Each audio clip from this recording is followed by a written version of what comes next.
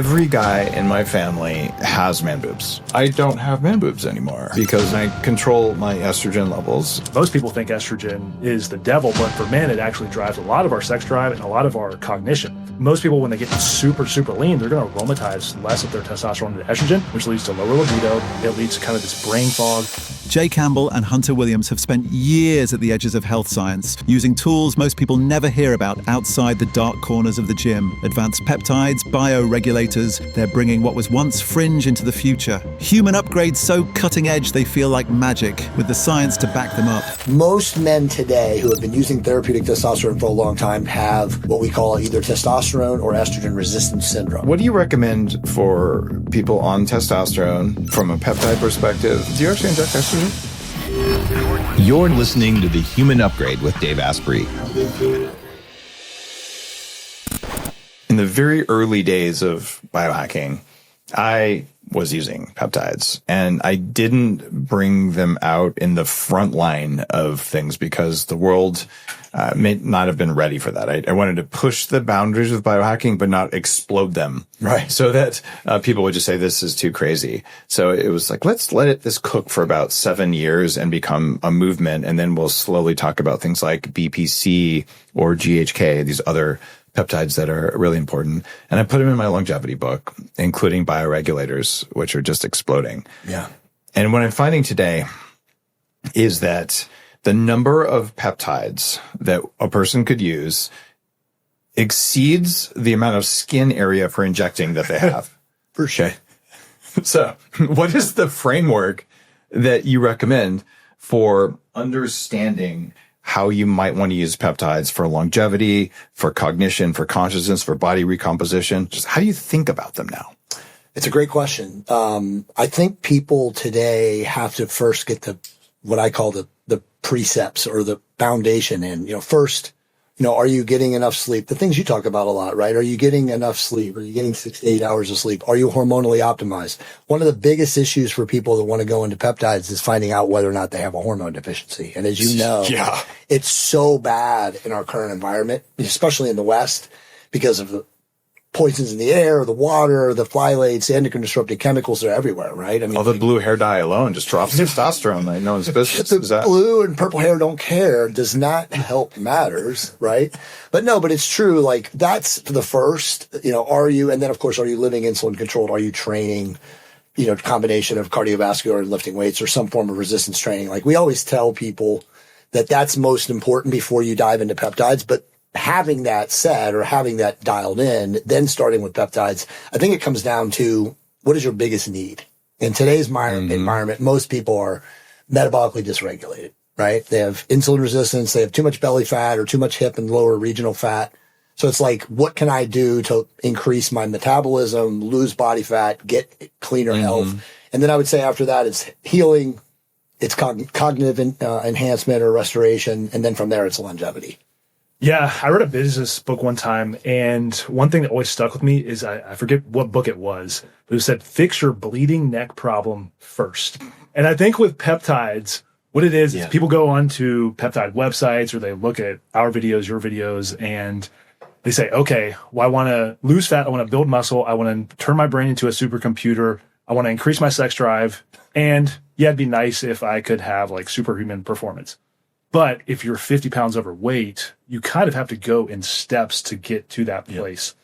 Or if you're 50 pounds overweight, but you have a broken foot, you probably want to heal your broken foot first before you start focusing on the weight loss. So I think for people, it's kind of going through a diagnostic of saying, what do I need to fix in my life? What's the bleeding neck problem? Address that. And then, okay, if I want to tackle some of these things down the road. And the good thing about doing that is as people get more comfortable with using peptides, they actually build a framework around what they're comfortable with. Because as Jay and I well know, there's some people that respond amazing to one peptide, and then maybe 40 or 50% of people have a terrible reaction to that peptide. So I think it's address the bleeding neck problem first, go from there, then you build a framework for yourself of, okay, this peptide worked for me, this one really doesn't work for me. And then, like Jay said, getting your hormones and metabolic health in order is the first thing. And then once you do that, peptides work amazing. But if you're not hormonally optimized and you're not doing the things from a lifestyle perspective that work, they're going to maybe work 3 out of 10 instead of 10 out of 10. Yeah. That can't be true for all peptides. there's a lot of peptides that you can use without anything. You know, the healing peptides, I think most people are familiar with BPC 157, which is body protective compound. It was named after bulletproof coffee, you know. Right? I'm sure you trademark. That's really good. TB500, right? Thymosin beta. I mean, both of those peptides will work for most people regardless of their condition. They're good entry level. And I just have to do a shout out for people who've never tried peptides. I know, right? You should try PT141 if you don't think they work, right? So PT141 is a side chain of melanotan, which is what gives you a tan, but it makes you incredibly horny. So if you use a little bit of PT141, one of two things is going to happen. Most likely you're going to be really like, wow, that's a lot of sex drive, and it works for men and women. And you might also be incredibly nauseous. Right. And it's one of those things where you got to figure out the dose, and it sucks having tried different doses. If you take too much, like now I'm horny and nauseous at the same time. Yeah. And that's not a good combination. I don't recommend that. But for people who are saying, I don't know about this stuff, that one has a lot of efficacy. And what are peptides really doing though? It feels like sometimes they're signaling molecules. They're telling the body what to do. Yeah. And of course, you just mentioned, well, figure out what's your goal, and you might want to pick one. Same with supplements, right? Right. You know, it's mitochondria versus inflammation versus cognitive enhancement. They're entirely different things. Right. So you got to know how to do that. And then, for a lot of us, there might be a replacement thing when it comes to things like thymic fragments.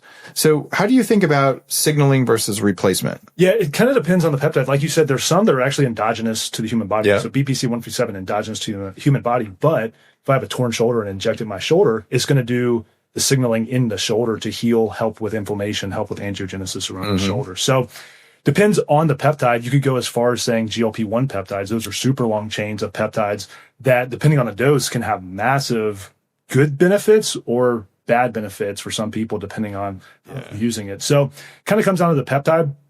As you get more and more into peptides, like I said, some are endogenous and other ones have, like PT141, have been modified to achieve this certain effect. I say broad category wise, most of them are signaling molecules, but as we age, like you said, with thymus peptides, thymus alpha 1, thymolin, they're helping restore glandular function. So you have a thymus gland after 30 that goes down drastically. So they're helping restore some of the functions. So it's a good question. I think it kind of depends on the use case for someone, and then bringing them back into balance. And then, you know, you talk about hormone therapy and everything that can kind of get them where they need to go to feel the best. Well, to pick up off of that too, though, as you know, because you mentioned at the very beginning, bioregulators are now coming into the mass consciousness, right? We've had peptides for the last, I'd say, 2 or 3 years. And a lot of that, Dave, is because a lot of people are looking for alternative forms of healing from the you-know-what, right? Nobody wants to talk about that, but that's kind of how they boomed into mainstream consciousness. And now you have all the bioregulators. You're talking about like vaccine injury? Yes. Yes. Some people call it long COVID, but they don't know what's going on. Some people. It's kind of a one big thing that gets lumped in together. So. Oh my God, exactly. But I mean, the Kabat-Zinn bioregulators, which are from, named from Dr. Victor Kabat-Zinn, the former Russian the father of bioregulator research. They're amazing, as you know, because a lot of people are familiar with the peptides, again, the BPCs, the TBs, the thymosin alphas and stuff of the world, but they're not familiar with the bioregulators. And we like the bioregulators in combination with the, call them injectable peptides, because as you know, they do restore a lot of natural function, right? So it's kind of like a supplement. In my longevity book in Superhuman, which I think is 2018, 2016, something like that, I put a chapter on bioregulators because they're so powerful. And what's interesting, if you're listening to the show going, whatevers, these are peptides that come from young animals, and Russians are amazing biohackers. They just think differently than we do in the West. So porcine and bovine. Right. You can take them, and I've used them for years, and they work orally. And I always kind of scratch my head because most of the Western peptides, you have to inject them with very small needles. They don't hurt very much, not like shooting testosterone. But why is it that bioregulator peptides work orally, and we believe that these other peptides cannot have oral action? Good. So a lot of it comes down to the chain length sequence of the amino acids. The cool thing about bioregulators is typically, depends on the one, but typically they're 2 to 4 amino acids long, meaning that it's much more stable. Whereas you take like a GLP-1 peptide, those can be over 50 amino acids long. So they're very fragile, which is why With an injectable peptide, you have to reconstitute it, refrigerate it, make sure it's not exposed to heat so that it doesn't denature. Whereas a bioregulator is very short chain, meaning they can actually go through the digestive tract without breaking down and defragmenting. And they're designed to be tissue or organ specific, right? So if you look at like typical Rockefeller petroleum distillate medications, when they break down, they leave a residue, as you know, that causes side effects and issues long term. To where we get to, the average person in their 60s today in the United States, or say the West, is on like 18 to 20 color-coded medications, many of them to handle the side effects of those medications, whereas bioregulators designed to, let's say, work for your thymic gland, your heart, your kidney, your prostate in men, libidon. They're tissue specific, and they leave no toxic residue or side effects as they break down in the system, because again, they are organic signaling molecules. So they represent really what we like to say, a foundational change in medicine or healing, quantum healing, and that they're really addressing the fundamental root cause of whatever it is, versus the other stuff where it's just kind of causing side effects and band-aiding your symptoms. It is fair to say, though, you can get side effects from peptides. These are very powerful. I think injectable, we could talk about what they are, but I've noticed, I've never spoken to a single person who's been using bioregulators for more than 4 or 5 years who's ever told me that they actually had a noticeable side effect, other than that might not have worked in expectation. But bioregulators do not have side effects that I'm aware of. Yeah. There might be some, but they say there's some. But to address that, injectable peptides, the primary or the premier known side effects are like irritation, at the site of injection.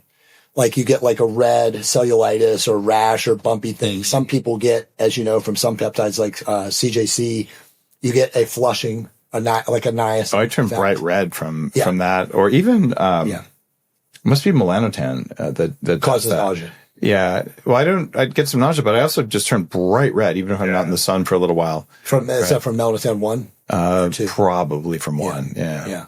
And all right, let's talk about melanotan. This is one of my favorites, and it also makes you horny. But I get a tan from it in just a short period of time. Yeah.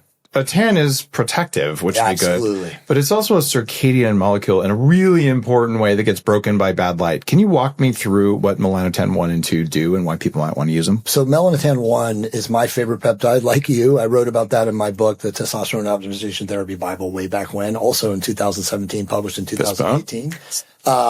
But it's a profound melanin corticoid receptor complex peptide. And as you know, it does a lot of things for the human body, including optimize mitochondria. I mean, it does so many things. It'd be like a separate podcast to go down the rabbit hole on that. But if you take a micro dose of it, we have found that it allows you to get into quote unquote stillness, right? You can get deeper if you have a, internal work or contemplative spiritual practice, meditative practice. So we love it for that. And again, you only need a microdose. And then as you already mentioned, it is establishing a gradient of your natural melanin. So whatever your natural melanin production is, and again, you and I are white bread, but it makes us darker. Yeah. Right? Like I've been using this since 2009. I tell people that before I started using melanotan 1, I was white as can be. I mean, I'm from the Midwest, and my skin is permanently, I would say, a darker shade of what I was. But I feel when I use a microdose of it, and again, microdose for me is a couple shots a week, unless I'm in a tropical place where I'm getting a lot of sun and I want to do it like in the morning. But I can get into a deeper, more still, faster focus in my contemplative practice when I use melanotan versus not using it. I find it increases mitochondrial function, which is foundational for entering altered states. Definitely. Which is my latest books. Which is interesting, talking about signaling. It upregulates the melanin receptor, which my theory around this, I don't know if this has been written about in papers or anything, but it enhances the ability for your body to metabolize sunlight. It's an energy source, more or less. Yeah. And so what it's doing, to talk to the stillness aspect of it, who doesn't feel better when you're out at the beach getting sun? Right. It's always easier to meditate when you're in the sun. Yeah. And if you can take that and enhance the connection between sunlight and your body, that's going to help function. And obviously, too, all the other immune boosting benefits, all of the other, like we talked about, stillness, mental, cognitive benefits are pretty amazing, too. So it's almost like you're taking sunlight and then saying, okay, this peptide signals sunlight in my body to be able to be metabolized better. And then, too, the benefit of that is it prevents you from burning, which is nice because Jay and I use it now in lieu of sunscreen. So a lot of times I can use that. There's an awesome scientist by the name of Dr. Frank Barr, who is like kind of one of the preeminent researchers in melanin. way back in the 60s and 70s, and somehow a lot of his information has been found on the internet. But he did some very, very fabulous and deep research on what it does. And he used to say that melanin was like this fractalized energy conductor, and that it enhanced the entire symphony of all the cells in the body. It appears to be true. I think it was in Superhuman, my longevity book. I talked about 2 studies out of Mexico where scientists had shown, strangely, they were, I think, eye doctors. Right. Like, what is going on with this ocular melanin? Because we have melanin not just in our skin, but in the back of our eye and in our brain, where they call it junk melanin. Exactly. And it's not junk. Like junk DNA. Yeah, Exactly. It's actually a capacitor. Like it can make a burst of energy when you need it to. And if you're a nerd and in the engineering side of things, capacitors store electricity to provide huge amounts of it in a short period of time. And that's why it's in the brain. Right. So these guys showed you can take up to 10% of the electrons your body needs from sunshine with all the pathways, but it requires melanin, which is why that ghostly white color is a sign of health dysfunction. Sorry, Canadians. You guys need UV lights. Seriously. If you want to be at your full power, it's required. I feel so also, just to add to the capacitor part of it, I feel that as you get deeper into the use of melanin, and we could talk about melatonin too. I don't really like it as much, but for melatonin 1, I feel it enhances consciousness. I feel that it enhances your connection. Anything that increases mitochondrial function increases connection. Yes. And I've had the honor of both measuring brainwaves of gurus and of putting them on mitochondrial protocols. And they're always like, I got my powers back, or my powers are stronger. So it's just how it is for people that meditate. That's why my latest book is on meditation. Right? Actually, it's not a meditation. It's how to do things that work faster than meditation, because I'm lazy. And nothing wrong with saying I wanted to get more meditation in less time. At least I don't think so. Right. Okay. It can feel, I would say, daunting the first time you inject yourself. Definitely. Tell me about the first time you injected yourself. I have to give you my needle phobia story. When I first injected therapeutic testosterone back in 1999, I couldn't do it. I was literally sitting there holding onto the needle, and eventually my ex-wife, shout out to Kelly, came up to me and she's like, "What are you doing?" and grabbed it on my hand and just injected it in my blood. And it's done. I was like, sweating, like, that's not so hard. Here's the truth about injection.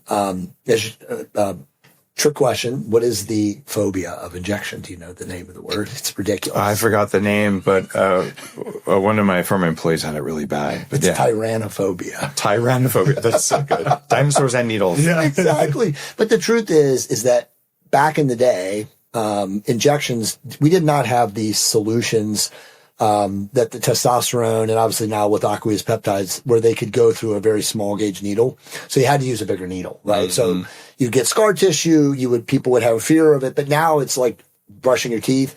You can inject therapeutic testosterone, as you know, through a medical grade pen now. So I mean, like, everything has changed dramatically. So I guess a lot of the fear of injection that people have had, traditionally over the last 15, 20 years really isn't really that much. But to your point, until you inject yourself a couple of times, you're going to have a fear. I've never met anyone who did not have a fear of injecting themselves. Yeah, my first time actually was, and luckily I found Jay. He's been my mentor to learn all the stuff about peptides, but I actually injected glutathione. And for anyone that's injected glutathione, and at the time, it's thick. Yeah, I was probably 25. I didn't know what I was doing. And I had a 23 gauge 1-inch needle, and I pulled 1 ml of glutathione and just injected it right into my glute. And you're like, and it stung and it hurt so bad, and it hurt for like 2 days after. But after that, I was like, well, that's not too bad. And so from there, everything else got easier. So I started on the harder end. And at the time, I didn't even know that I didn't need to do that big of a needle just to inject glutathione. Have you ever injected urine? I'm calling that the BioLane protocol now. The BioLane. Yeah. I have not. I haven't heard of that. I think he's some kind of micro influencer. But yeah, that's what I call urine injection now. Yeah. And I actually have injected my urine. I'm not sure why you're laughing. I never heard of this guy. Oh, that's so good, man. That's awesome. That's really good. Okay, I'm going to keep a straight face here. Let the record say that urine is not a peptide. Yes. To my knowledge. No, urine's not a peptide, and I don't actually recommend most people inject it, but I had a medical doctor teach me how the protocol works. It's an unusual allergy mediating technique, but you have to inject 10 mLs. You got me crying. I'm laughing so long. You have to inject 10 mLs of urine, and I'm bringing it up just because that is a huge volume. Right. And you're doing it because your urine contains antigens. Yeah. And if you put antigens into your own muscle, then your body makes antigens to your antigens, and it cancels out. Sometimes life-threatening allergies become less life-threatening. Right. So people are like, I'm triggered by urine. And, in my latest book, it's like, if you can be triggered, someone can trigger you, it means you're carrying a loaded gun and their fingers on the trigger. Right. Yeah. So one of my love languages is triggering people who are very angry all the time so they can learn to be less angry. Yeah, that's awesome. Okay. Yeah. So anyway, talk about urine therapy. If you can inject 10 mLs in your glut, similar to that, it's like, ouch, but less allergies may be worth it. Guys, don't just do this this is a doctor thing. So the first time I injected, I was just doing B12, and the same thing. You have a 1-inch needle, and there was not videos. This is a long time ago. Yeah, that was like like a 22 gauge probably, right? Yeah. And I'm sitting there and I'm looking at, I'll do my thigh because it didn't really have good anything back there. And I'm like, it took an hour. Yeah, for sure. Of almost like meditating, like it would go, and then my body would stop. Yeah, dude. Because we have very deep seated, that first F word in when I teach that in fear, around penetrating the skin barrier, because that kills humans. Exactly, yeah. Like throughout all of history, like do not do that. Right. Yeah. Even watching one of my kids just melt down from a splinter. Like the meltdown comes because for thousands of generations, we've died from bacteria from that. Yes. So anyway, you're like, I'm going to overcome that. And you're shaking and you're sweating, and then you do it and it doesn't even hurt. You're like, oh, yeah, you're right. Yeah. Right. Or maybe it hurts a little bit if it's glutathione or pee, but, it goes in. You're like, oh, okay. That wasn't so bad. Yeah. And so with injecting peptides, though, it's a tiny little needle. Yes. And you just take a pinch of skin, and sometimes you don't even feel it. So I want people to understand you will be afraid the first time you inject something. Yes.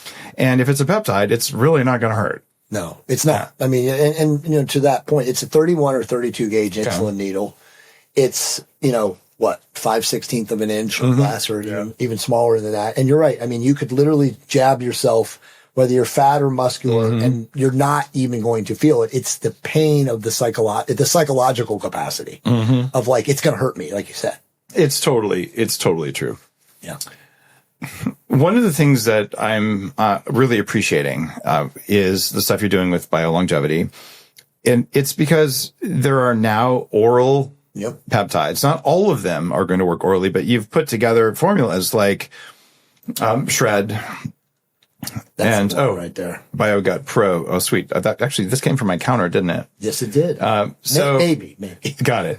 So BPC 157, and that one we know works orally because it's a gastric healing peptide. And I've given it to so many people or recommended it to so many people who have Crohn's or chronic IBS and things, and they heal, right? I mean, you've talked about that as well. Yes. You have KPV and several other things in here that are actually really, really helpful, like GHK.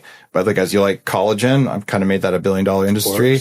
GHK is copper tripeptide, which is present in collagen. Yes. Right. So you can take this, and they work because these are short chain.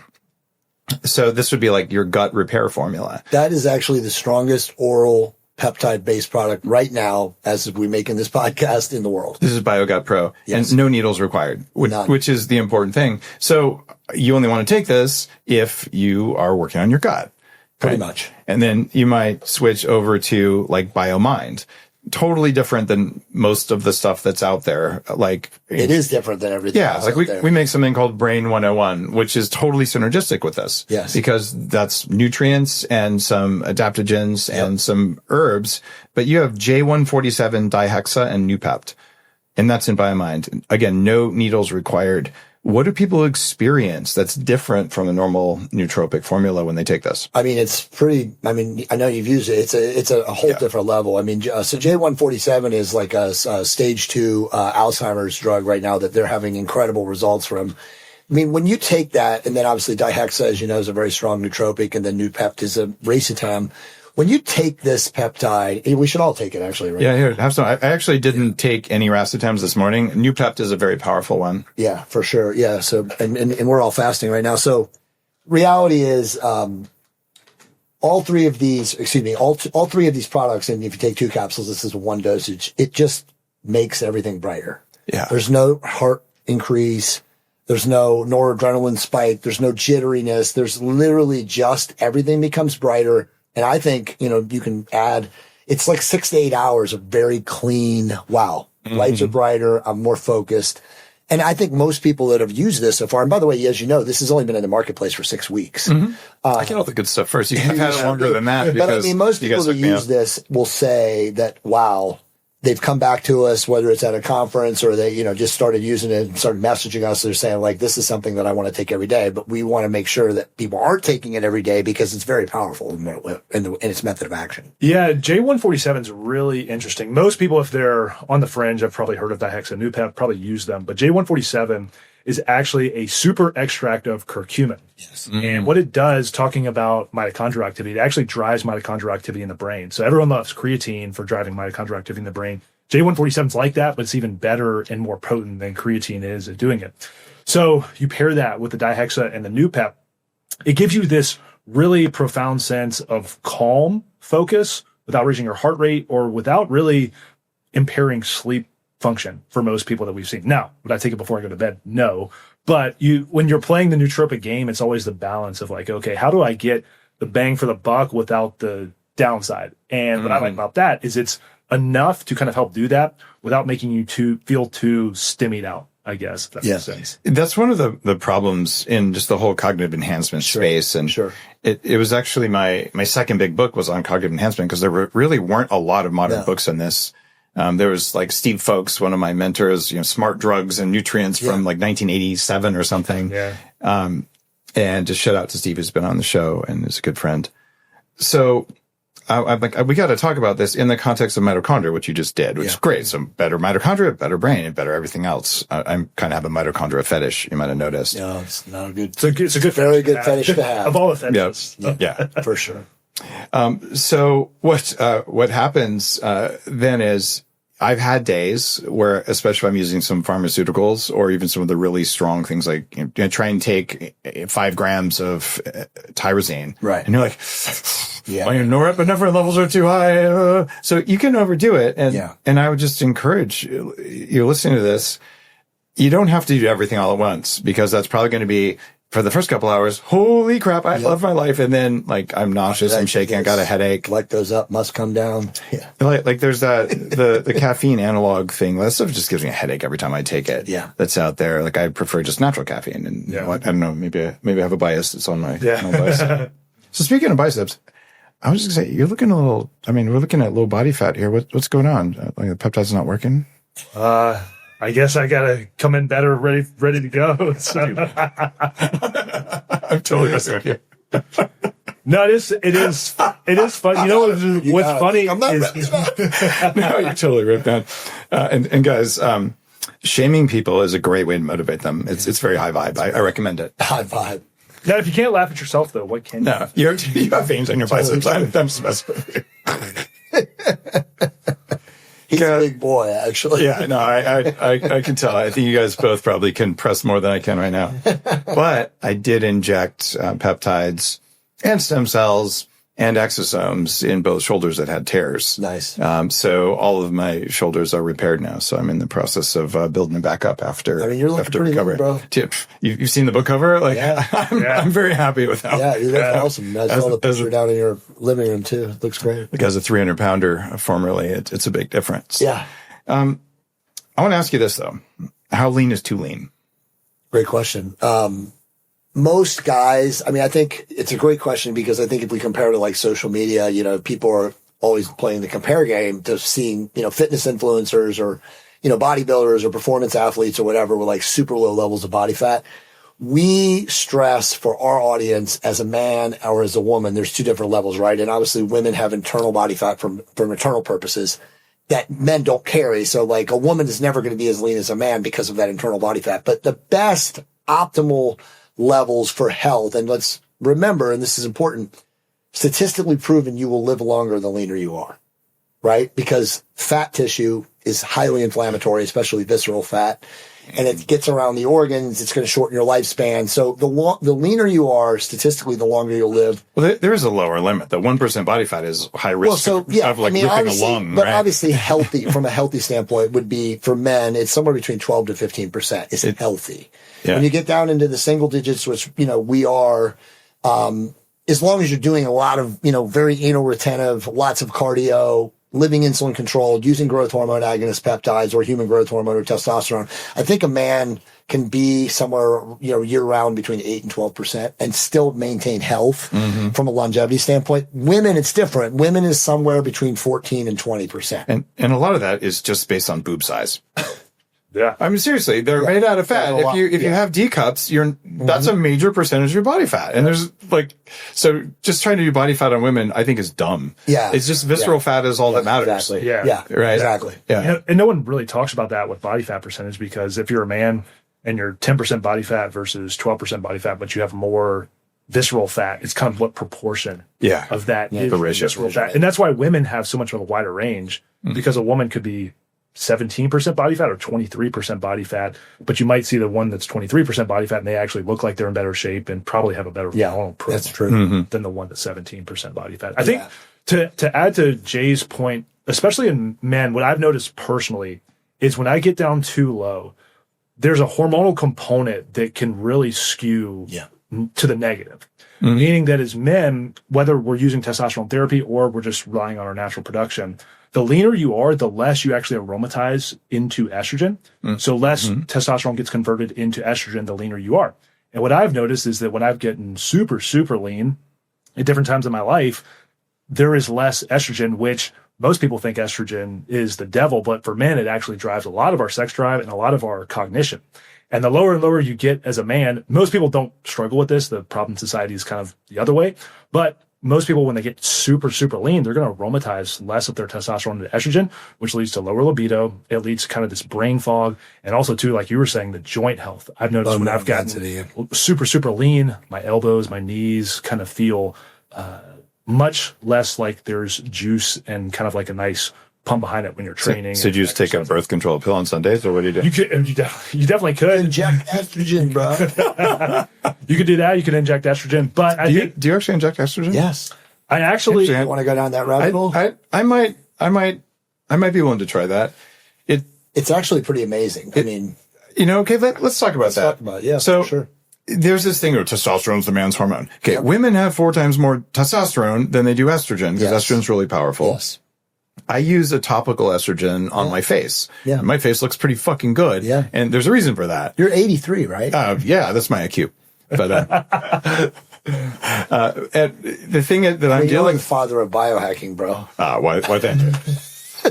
So my system, I use a $26,000 medical grade stuff from Upgrade Labs that measures visceral fat and all that stuff. I have incredibly low visceral fat, low for none. Low for an 18-year-old. My liver fat on scans, the youngest liver. So that's all great, and no seed oils for 15 years. That's awesome. I've been an early voice about omega-6s, right?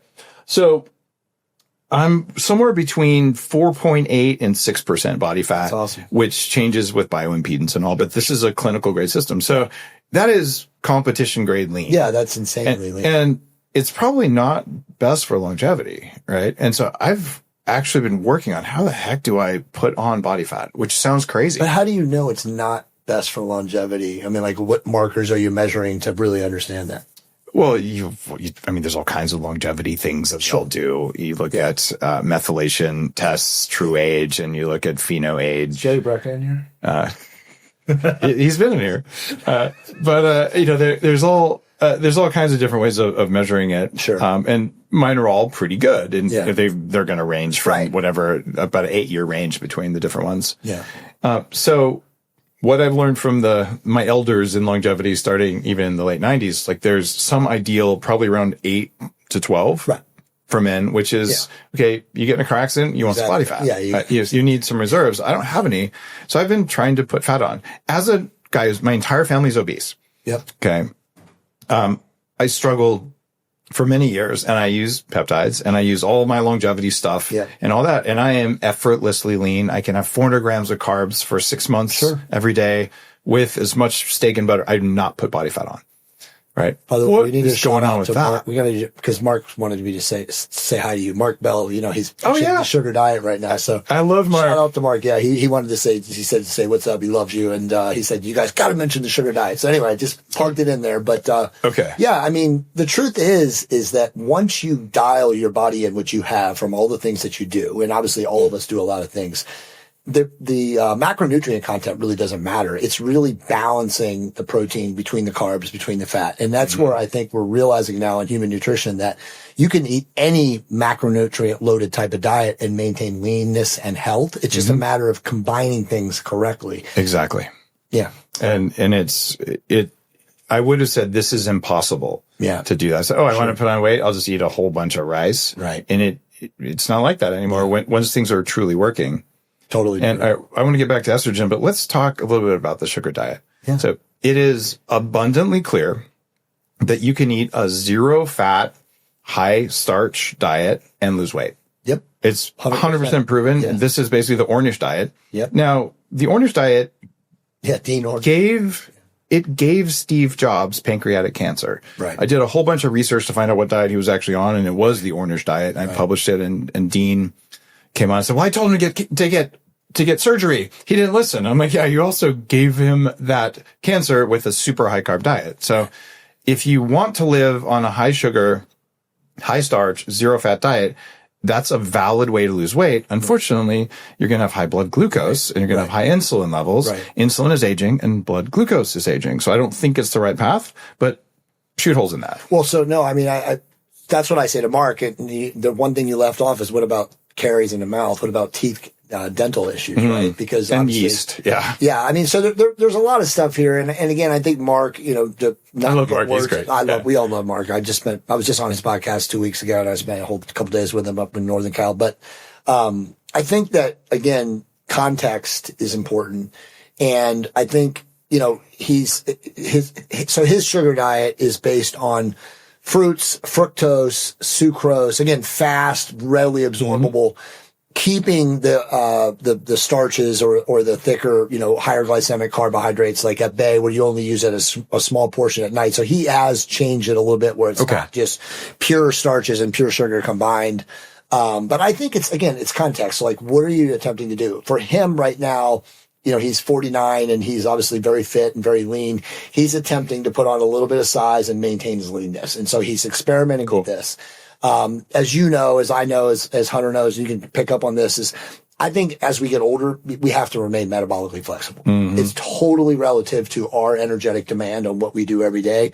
A bodybuilder is going to require more carbohydrates than probably somebody who is an ultra endurance athlete, who may be using a keto diet or a low carb diet or something like that in mix. But again, it's just how do we maintain metabolic flexibility? Also understanding that all of us are biochemically unique. Some of us can handle carbohydrates more than others. The guy, Peter Diamo, the blood type diet guy, he always speculated that the closer you were ethnically to the equatorial plane, the more your body evolved evolutionarily, biologically to handle carbohydrates from, what was bountiful and plentiful, versus people like me and you, or all of us who are, closer to, Northern European ancestry and stuff like that, where we were hunters and gatherers and we didn't eat for once every 36 hours. So I think there is that understanding too, that again, depending on your skin tone and how close you are from an ethnic standpoint to the equator, that you probably can handle more carbs if you're closer to the equator than people like us. That's my opinion.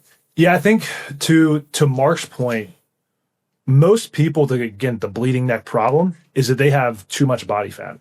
And what happens a lot of times for those people is I got fat from eating high processed sugars and lots of seed oil. Or low thyroid function or low testosterone or environmental toxins. But it's all part of it. Yeah. Exactly. It's a soup, and it creates someone, and then you have someone that's 50, 100 pounds overweight. And they say, I got to do something. So they go online, they Google, okay, well, maybe it's the carnivore diet. Maybe it's the keto diet. Carbs are bad, right? So I'm going to pull the carbs. For the first 60 days, that works, because for the first time, a lot of these people are removing processed foods. Yes. They're removing the plus seed they're oil. on semaglutide.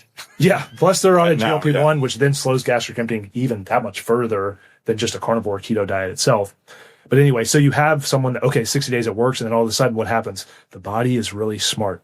It brings into homeostasis. Okay, you're only going to give me 1,600 calories of this macronutrient. I'm going to adapt to that. And then what happens? Thyroid function, dysfunction, or thyroid dysfunction. Thyroid stalls out. It stops working. And then all of a sudden, they're not metabolically flexible. They're metabolically inflexible, and they've like basically pigeonholed themselves into this one thing, and they don't know what to do. And then you take someone like that, you say, okay, let's pull out all of these fats. Let's now give you some sugar. And what happens with thyroid? They have no energy. So when their thyroid slows down, they have no energy. So they don't want to exercise. They don't want to go to the gym. You give them a little bit of sugar. You pull out the fats. All of a sudden now, hey, oh, the lights come on a little bit for this person. It starts to actually pick up their thyroid. Then they can go walk. They can go to the gym. All of a sudden now they're actually burning the carbohydrates. They're not throwing seed oils on top of those carbohydrates, which again is acting to blunt insulin at the cellular level to do what it needs to do to bring the blood sugar down. And all of a sudden that person starts losing weight. And then there you go. So to the question of a person that's 4 to 6% body fat, is the best thing. We can't really say probably at this point, but for someone, again, to get them down to where they can be metabolically flexible and use all those things like all of us do, I think it's a good thing. And I've just seen so many people that thousands of people we've coached and helped with peptides. They come into the world of peptides to use peptides to lose body fat, and they have no conception that their diet and lifestyle could have anything to do with it. And then all of a sudden they're like, well, I'm using this peptide and it's not working, yet they're eating 300 grams of fat with no carbs, and they have no conception of how their thyroid's doing or even the energy to get off the couch. And we should definitely cover deeper. I know you probably will, like GLPs and like what's really going wrong. We'll definitely get into that, and I've done several shows on those. Awesome. Back when the very first study came out on using them for weight loss, I had the lead researcher on the show. I'm a futurist, right? Yes. So I'm like, these are going to be really big. Yeah. So we talked about it, and I said, these are longevity drugs, right? The GLP-1 drugs. They just have to be dosed very, very differently. Exactly. And microdose. Right. Oh. And I used one injection for that podcast, and I haven't used any of them at all with the body comp I have now. That's crazy. Other than the last couple months, I've experimented with micro dosing a 3rd generation GLP. GLP-3. Come on. GLP-3. And the thing is, every time I do it, even at very, very low doses, I just feel like crap. I don't enjoy that. So for me, the things that make me live longer, I'd like to like my life while I live longer. And I'm not sure I'm going to keep doing that. Why do you think that is? Or speculate why it is bad? Well, the 3rd stage one we're talking about tends to have a little bit more of that effect. Now, everyone's going to be different. You're on the ball with all that stuff. Well, you're so lean too. Yeah. And so that too, it could be one of those things that is just almost your metabolism is already high. So it could even be driving it to the point of or almost it's too high. Like a metabolic fatigue. For Does instance, it disturb your sleep? Is what? Does it disturb your sleep? I haven't noticed that it disturbs my sleep. Yeah. What I see in the general public a lot of times, because that is a very common thing, is especially with the third prong, which is the glucagon ramping metabolism. What happens a lot of times, and again, this happens with a lot of other peptides and even hormone therapy for a lot of people. All of a sudden you take someone, okay, my base metabolic rate's maybe 1,800 calories. Now all of a sudden it's 23 or 2,400. That's so powerful to the body. The body is depleting electrolytes at such a faster rate. And 80% of people are deficient in magnesium to begin with. Oh, yeah. And then you introduce a very powerful metabolic modulator on top of that. All of a sudden you're burning through minerals like crazy now. So what I always tell people, whatever amount of magnesium and electrolytes you're taking, you probably need— It's not enough. Yeah, you probably need 3 to 4 times that when Thanks you're for using a GLP. And then another thing too, and I don't know if you experience this, is some people get a racing heart when they're taking these. And again, think about it, it's helping raise metabolism, which is driving the nervous system. And when you're depleted, the electrolytes are not there to help the electrochemical signaling between cells. And if you introduce, and I know this is a higher dose, but 5 to 10 grams of taurine, and people, I have heard hundreds, if not thousands of people instant relief report back to me, oh my goodness, thank you so much. Now my heart is back to a normal level. And again, it's because they were depleted to begin with, but then they introduced this metabolic stimulation on top of it. And now all of a sudden they're fatigued. Same thing if you're fasting in the afternoon. Imagine dry fasting. If you've ever dry fasted for 18 or 20 hours. By the afternoon, you're dead. And again, because you're, Well, you done just that, have a little blood volume Right, too, yeah, so your right, brain right. has no oxygen. I can't, him and I have played around with the repeat, fasting protocols of dry fasting, and they're great, right? Ray is half genius and half absolutely batshit crazy.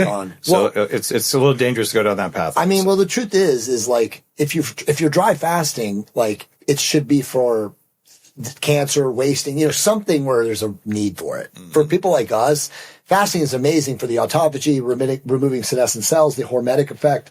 But in truth, obviously, we need the electrolytes. Yeah. You cannot fast without electrolytes and not expect to feel bad. Although I did have, I had a guy on who's doing 40-day fasts with only water and no electrolytes. That's crazy. I think that's nuts. No, that's not. He'll lose too much muscle. No, this is actually a clinic down in Southern California. I'm trying to remember his name off the top of my head. It got 1,300 episodes in, even with all the smart drugs. Sometimes I'm like, God, who was that? Yeah. But, so there are people who can do stuff, but he has, tests twice a day and makes people stop. So the human body's capable of all sorts of weird stuff. No doubt. But I like your take on dry fasting. And the thing about electrolytes, there's a reason we used to pay soldiers in salt. Like they're just so critically important. And yes. The first talk I ever gave on health publicly was on the need for more salt and why low salt diets create all sorts of metabolic harm. So I unlimited salt. I probably am at 8 grams, maybe 10 some days. And it's absolutely life changing. I've been that way for a long time. Yeah. Are you cooking most of your food with salt? I cook my food with salt. I add salt to my water or electrolytes, and I take a lot of magnesium. I also take a lot of potassium. And anyone who wants to live a long time, there's a reason there's all these sexy longevity peptides you guys make. Yep. With Subgrade Labs, my company, I focus on vitamin Dake and Minerals 101, and I put trace minerals and electrolytes in Daedra coffee because those are the most foundational, and there's all kinds of sexy stuff to layer on top. I don't have to make all the sexy stuff. I just find people who are making good stuff and like, come on the show, let's talk. But I love it. You're talking about foundationals. And without those, even testosterone doesn't work as well, right? Exactly. So I want to get back to estrogen, and then I want to talk about some more of the interesting peptides that you guys have come out with orally. Every guy in my family has man boobs. And I was really ashamed of this when I was even a teenager. I had these, my grandfather, when he was 70 something, he's like, he goes, it sounds weird, but I just got tired of them hanging down. He's like, I'm just going to put a bra on. I'm not joking. Wow. He's like, man, now they don't hurt anymore. Cause if you have the genetics for man boobs, it sucks. It's horrible. And I've talked with, A-list celebrities who've had the surgery to get their glands taken out so they look good. I don't have man boobs anymore. It's amazing. Because of all this. And I control my estrogen levels, and I use, sometimes Crizin, although not anymore. I don't need it. I used to, which is an herb that blocks it. Yep. And if I notice I'm getting them, I will take calcium D-glucarate, which increases estrogen excretion and microplastics and a bunch of other stuff. Right. Wrote about that in a couple of my books. It's an important detox pathway. So yay, no man boobs. You guys just got a protocol for that. But when you are using testosterone, which I've been on since I was 26. Yep. With the exception of a couple of years of experimenting when I was doing the bulletproof diet. There's always a risk that what diet?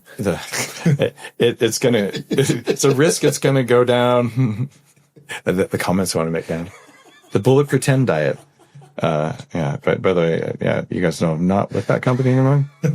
I will say though that people lost millions of pounds on it. It kind of worked. Yes. But the man boob thing, dude, being free of that was surprisingly life-changing. And I wouldn't have wanted to be on the cover of my last book with my shirt off if I had, a nice set of A-cups, which was a meaningful part of my life. Yeah. So what do you recommend for people on testosterone, from a peptide perspective, from just nutrients, pharmaceuticals? What's the man boob protocol? So this is a great question, and I'm glad you brought all that up because everything you're doing is right. And 95% of people that talk about using therapeutic testosterone and trying to suppress estrogen or block it or do all that are all wrong, obviously from a biological standpoint. Dr. Anthony J, I think you know him, shout out to Dr. Anthony J. So he came on and did a live stream with me back in 2017. Now, just for the record, I've had both of my breasts, I've had all the glandular tissue taken out. So you had a boob job. Yep. 2016, I had it taken out, with Dr. Joseph Cruz, is like one of the world's leading gynosurgeons in, Newport Beach, California. And then I had this, breast in 2023 with my surgeon, who's an amazing guy in Playa del Carmen, Mexico. And both of them did incredible jobs. Like if I took my shirt off right now, you can't even see the scar, but this is important. Why I'm saying this is that because you know this, a lot of people don't know this, that gyno is a genetic condition. It is 62 to 63%, again, according to Dr. J, have this predisposition. They code for the gyno gene. No matter what you do, if you code for the gene, whether you take therapeutic testosterone or not, whether you use these stupid masking drugs that bodybuilders and performance athletes use, like SERMs and AIs, yes, all of these, they're terrible. They're toxic. Women's breast cancer drugs, should never use them. Yes, you can mask the presentation of gyno if you have the gene by using those drugs, but as you know, it's not solving it. It's important that people know that the only procedure, unless you're a miracle like you and somehow you've done all the things you've done to your body, is to have it surgically removed, which for most men is worth it because, as you know, it's painful, it's unsightly, it's all these things. But back to estrogen and testosterone, and you can pick up on this, is most men today who have been using therapeutic testosterone for a long time, literally, I'm not kidding you, Dave, have what we call either testosterone or estrogen resistance syndrome. And that's for the exact reasons that you said. Our environment is an absolute toxin load, chemical assault of all these horrible things, endocrine disrupting chemicals, everything. And so now what's happening is men can't absorb testosterone or estrogen at the tissue level like they could 20 or 30 years ago when we didn't have all this toxic siege. So we are finding now, and again, this is super experimental stuff, a lot of people in the fitness / testosterone, just call it health optimization arena, are experimenting as men with very, very low microdoses of estrogen for sexual function, for brain function, health, for better bone mineral density, better skin. Hunter and I have been using 1 milligram of estrogen injected, and this is, by the way, estradiol cypionate. I was going to ask which form. Estradiol cypionate. We've been injecting it with our testosterone, our TRT shots. It's a game changer. And just once a week? No, you can take it so if you're, you could put it into your TRT shots. Let's say you're taking 2 or 3 shots a week for your TRT. You could put it in the back of it, but I've been just injecting it by itself, right? Okay. With a 31 gauge insulin needle. I'm not kidding you. He can back on this. It's a game changer. 1 milligram once a week.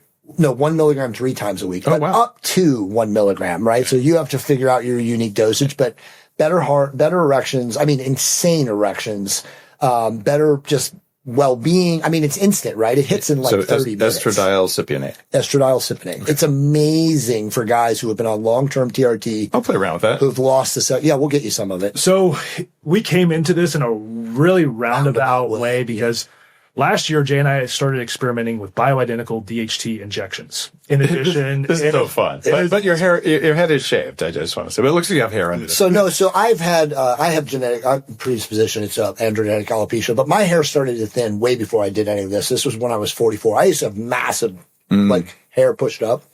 But my mom's dad was bald. So I know that I have the genetic predisposition to it. And I do grow my hair out. I still have it, but it's patchy. So I just, my wife likes it like this now. But getting back to DHT. Yeah. So we started playing around with introducing a little bit of DHT in addition to our testosterone. And that's so cool. I love this. What's really cool about you are going to love this is in the first few weeks, you literally feel like a god. Dude, it's insane. You get the neurostimulation, the sexual stimulation. But what happens is we were actually using DHT enanthate, so it's a longer acting form of DHT. Over time, what happens is it's so powerful, it actually is very suppressive of estrogen. So you have this 4 to 8 week window where you feel amazing, and then all of a sudden, things start to go downhill. And then we got blood tests done, and our estrogen was cranked out. And we're okay, DHT through the roof, estrogen cranked. It's good for a few weeks, not good long term. And so we just kind of went through okay, how could we play with this as a different ester? Maybe because if you have an enanthate ester, it's in the body longer, and so it's not clearing as fast as maybe a propionate. Okay. So we were okay, is it 10-to-1 testosterone to DHT? We kind of landed, it was probably 20-to-1 testosterone to DHT, the amount of testosterone you would have to DHT, to where you wouldn't get estrogen suppressive effects. And then Jared and I okay, well, we're getting this estrogen suppressive effect. We know estrogen at the right levels is healthy for men, because you have bottomed out estrogen is worse than high estrogen. And to be really clear, estrogen improves cardiac function up to a level. So guys with lots of estrogen are probably going to end up, wearing mini skirts. Well, right? It changes your brain. Remember, the fatter you are, the more your aromatase. Which is why when I was really obese, my testosterone was lower than my mom. Exactly. Yeah. Correct. Yeah. Correct. And so we're like, okay, both Jay and I, pretty lean. We're like, maybe we can play around with adding in estrogen to the mix and see A very small amount. see what it is. And so we found some estradiol cypionate and started playing with it. And we're like, okay. And I just started at 1 milligram total for the week. So I actually break that 1 milligram up into like 0.3. Sure. You want to be careful with this. Exactly. Yeah. And I was like, wow, this is actually has like a huge benefit. And I got my blood work done. And again, Jay and I, so I'll just say this, when I use TRT at 200 milligrams per week, my estrogen really is somewhere like in the low 20s. So it's not really lean. Exactly, because I'm leaner. Okay. And again, my total testosterone usually on that is somewhere around like 900 to 1,000. And then my free would typically be around like 35 on that dose. Now, when I introduced estrogen and then up to 3 milligrams per week, brought my estrogen into the 40s. And what I noticed is sex drive was much, much better. Cognition was much, much better. How old are you? 32. 32, okay. Yeah. So Was your sex drive waning at 32? it wasn't, but with the DHT suppressing estrogen, Then it I did. noticed Okay. then it was like, oh, okay. And again, testosterone by itself, it was fine. And also too, I think men that have been on testosterone for a longer time probably notice. I'm like 25 years of it. Yeah, exactly. Me are the same. It's not that it's not that your libido is low, but you know that you have the potential to probably operate at a little bit higher level based on where you've been before. And obviously too. Yeah, there's a level when you're like 23 and Yeah. you're like, I got to hit that. Yeah. Yeah. Right. You know, and it's very present, and now it's like switchable, right? Like, sure. Like, okay, like let's go. Yeah. Right. But it's not like a constant thing. And I am absolutely convinced that libido is an expression of chi, of life force energy. No doubt. You want to start a company and be horny all the time. Like it works like that. You want to do something good in the world. Like don't deplete that. Right. So it seems important.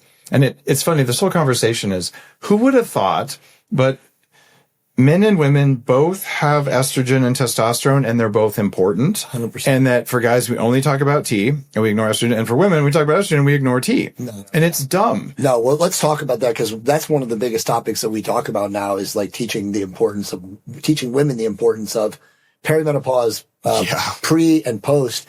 Testosterone is more important to them. One of my mentors used to say to me that giving a woman hormones is like giving a dry plant water. Oh, 100%. It changes their lives so much. Everything. So like all these women that listen to this podcast or listen to us who are with, unfortunately, doctors who are not giving them testosterone, because you see a lot of them giving them progesterone and estradiol and not testosterone. And it's so insane because a perimenopausal or postmenopausal woman, all they really honestly need, and again, we're all different, but is a good bolus of testosterone, because as you know, it cleaves into the estrogen that they're not making anymore. So that's where most... They probably need DHE and pregnenolone as well. All of those things. Yeah. Of course, pregnenolone and there's other things that we're not even talking about that, again, depending on your biomarkers and what your labs indicate you could use. But we see too many women who don't get therapeutic testosterone. And that is a big mistake. Yeah. Huge mistake. If you're on hormones, you need to look at all of the hormones and the precursors, which are DHEA and pregnenolone, and then look at the different estrogens, estrone, estradiol, and then testosterone.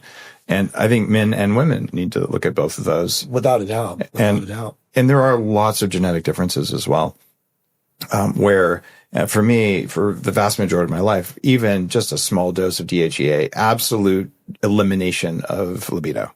Yeah. Right. I've honestly, very truthfully, I've never in my entire life taken SDHA. I've always had, when I tested, I always had like 60, 70, like mid range. And I've always been that guy, like if I don't have an actual corresponding indication that I'm low, why would I take it? My levels were at 0.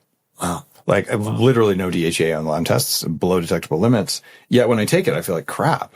Yeah. Right. And like, what is going on the here? way we are. Right. So different people are different ways. And with all the stuff I've done around longevity, I actually do take DHA now and it works just fine. Yeah. So how much you taking? Did you take it like an oral or just I do oil suspended oral drops. I'm doing like maybe 20. Same thing with pregnenolone? I don't take pregnenolone. It gives me man boobs every time. Wow. There you go. So like you gotta figure it out. And for most people, it's going to be, good God, that's really complex. And there's only like 6 hormones that matter. Yeah. you can go to the Axo Health app that's at Upgrade Labs. Just go to upgradelabs.com. There's a link to Axo on there. And we'll send someone to your house to get your labs drawn. And then you have the numbers and you can go to your doctor. Be like, I got my numbers. And maybe you don't need to go to the doctor because you're fine. Or maybe you're saying, screw that noise. I'll just order what I want online because I want to save money. Exactly. And I think we have a right to do that, especially when it comes to things like peptides. Now, let's talk about supporting hormones with peptides. Yeah.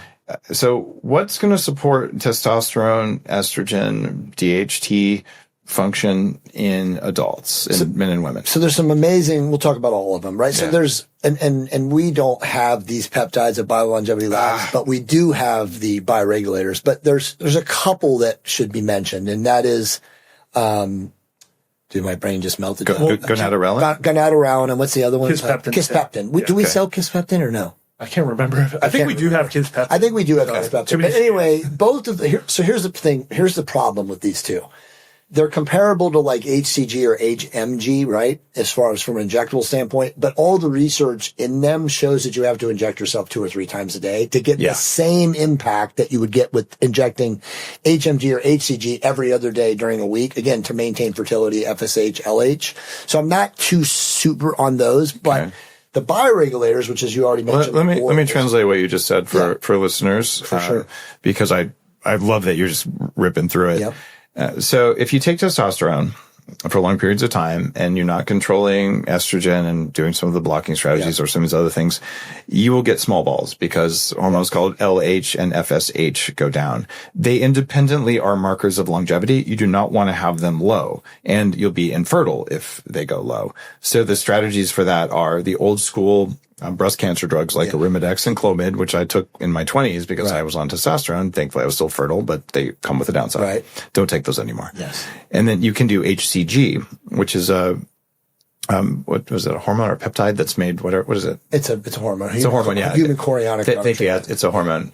And it's made in pregnancy, but taking microdoses of it for guys preserves testicular volume, keeps those things high. Yes. So it's relatively complex, but it's not crazy complex. It's just a small flow chart. Yep. And so HCG is one way to do that. Is that your preferred way to maintain testicular volume? Combination of that with HMG if you want to make sure that you get pregnant, because you need human menopausal gonadotropin with HCG or human chorionic gonadotropin. Just have that combination of both FS and LH are stimulated enough that you get modal sperm. Maybe I should try that. So I tried HCG, this has to be like 9-10 years ago. Sure. And I was, under a doctor's care, and I'm not going to name him because it's just funny. And he's a good friend. I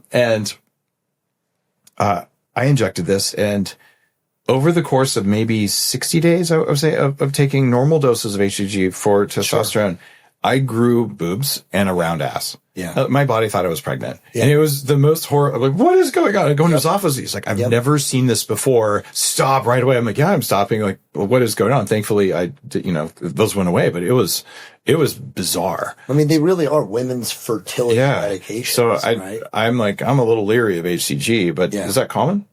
It depends on the person's expression, and kind of going back to the estrogen conversation, we all express these things differently. And so someone takes a little microdose of HCG, they might not even notice anything, but someone else can take it and they have what is typically like the high estrogen, what you were experiencing of the man boobs and everything else. It expresses a lot differently. So it really is a dose dependent thing.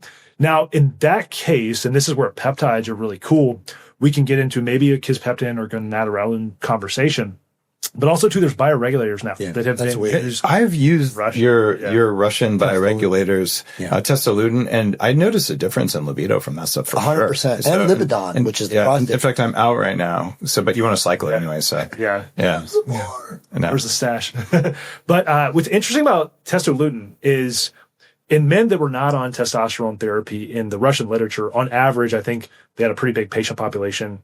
It increased the average mean testosterone, I think, was around 320 total to around 550.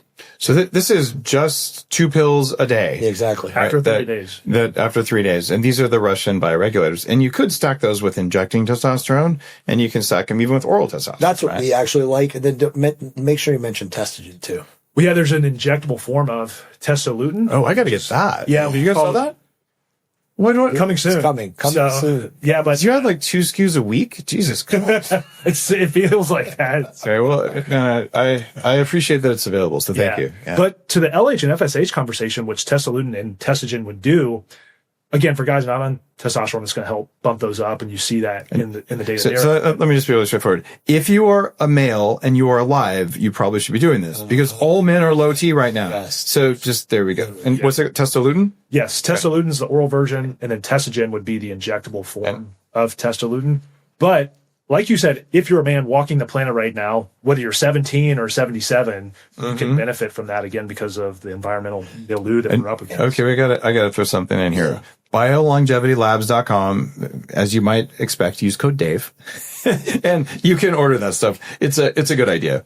And you probably also need testosterone, to be clear, but you might as well start with that stuff. It's literally 2 pills a day, and it's easy. I like what you just said, though, because this is kind of our new thing that we're attempting to do, and it sounds like you'll be with us, is taking testogen and testosterone along with therapeutic testosterone and seeing how much more it optimizes your endocrine system because, again, all the Russian research and studies show that it's optimizing what you naturally already are producing. So if you're on therapeutic testosterone, and as you know, you're shut down exogenously or from the exogenous administration, why not take something that's going to actually increase your natural production too, so you can have the best of both worlds? I think that's what I have seen is that testosterone and testogen do what HCG is intended to do from a pharmaceutical perspective without the disruption, without the effects that you had. So they do it better. Interesting. Yeah. So that's what I've seen. Again, in practice, I don't know blood marker speaking, but if you look at LH and FSH, you get the bumps that HCG and HMG are intended to do from that.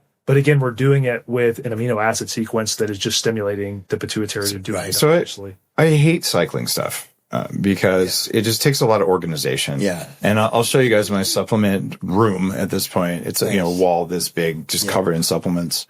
And I do 150 a day, and I don't have a problem with that. Most expensive be on the planet, maybe more expensive than yours, and I'm super happy with that.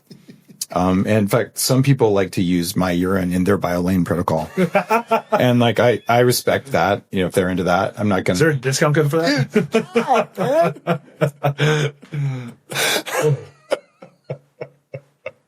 I don't understand what's so funny.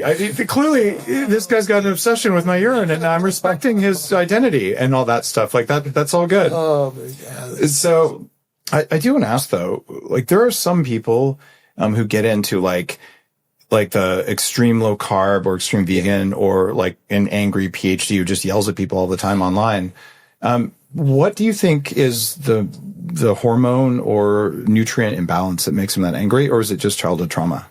Childhood trauma. You think so? I think so too. Childhood trauma. I think a lot of people too, myself included, if you are in the health space or the fitness space, there's a sense of body dysmorphia, and it's probably a spectrum. Oh, for sure. That we have it. And to go back to the childhood trauma, and Jay and I talk about this a lot in our coaching groups, of really getting comfortable.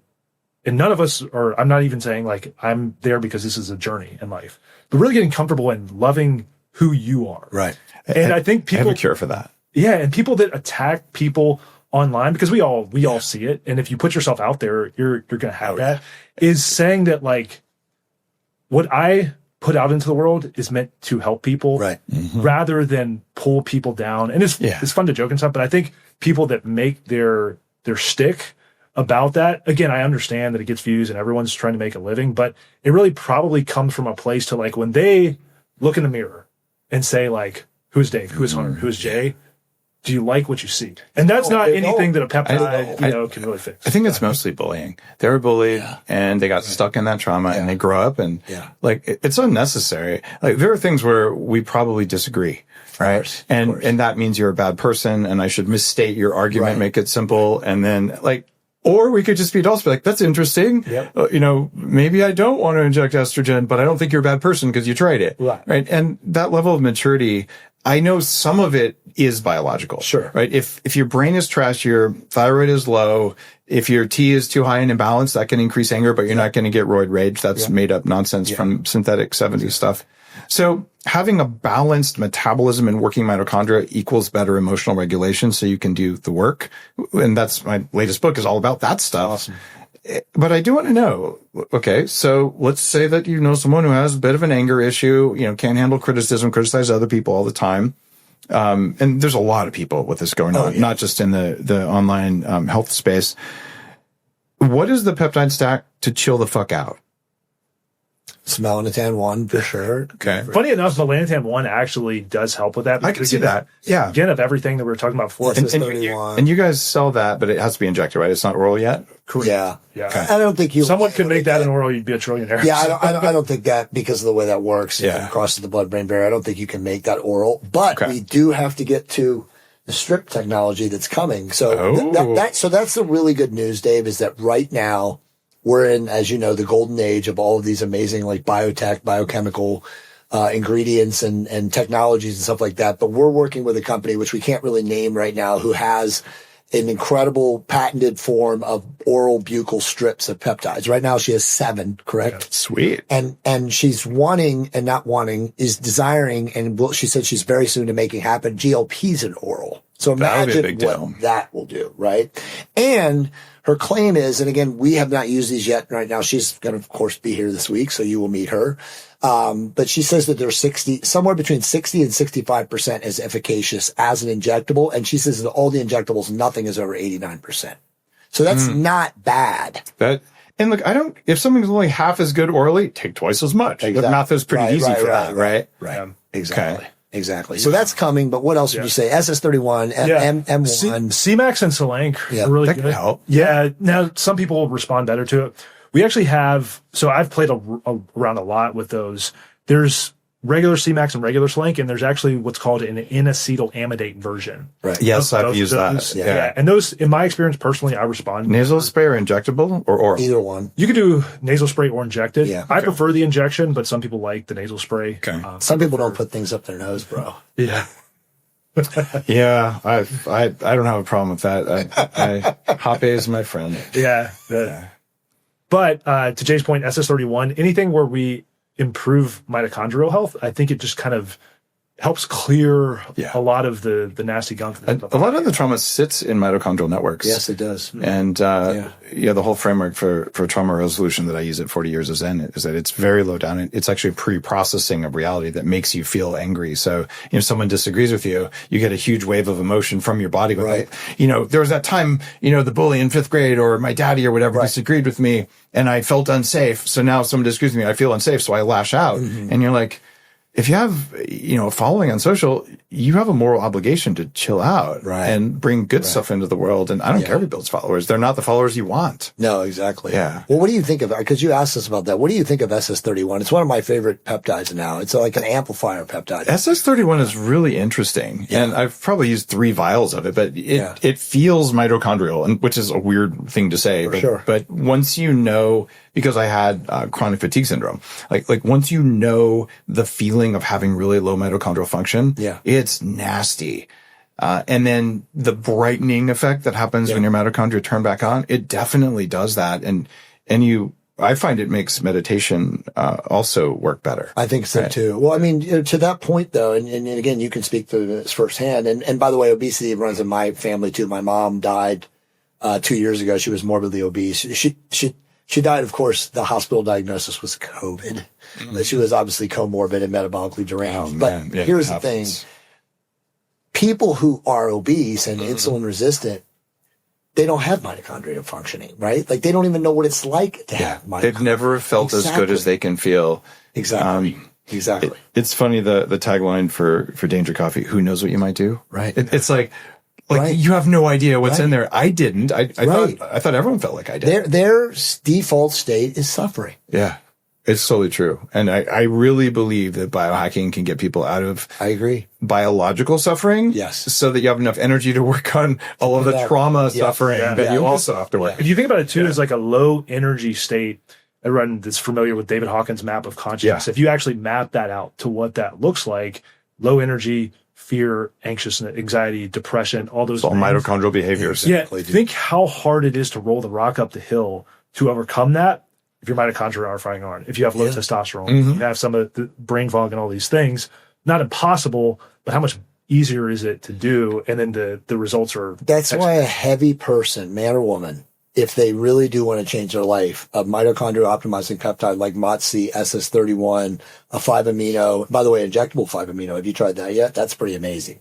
I've only taken it orally. Oh, no, injectable. We got to get interesting. injectable stuff. Really powerful stuff. In fact, we'll tell them. And then NAD. So we're making a custom blend. We can say that here, right? Here's a NAD. great blend. Dude, NAD, MOTS-C, and 5-amino injectable in one blend. He's experimenting with it. Dude, it will be the ultimate inflamed person's peptide because it will fire on their mitochondrial. They will have energy to train. They will have energy to change their life, to turn it around, start eating better and make healthier choices. But that will be a super rock star peptide blend. I cannot wait to try it. Yeah. I got to ask you this.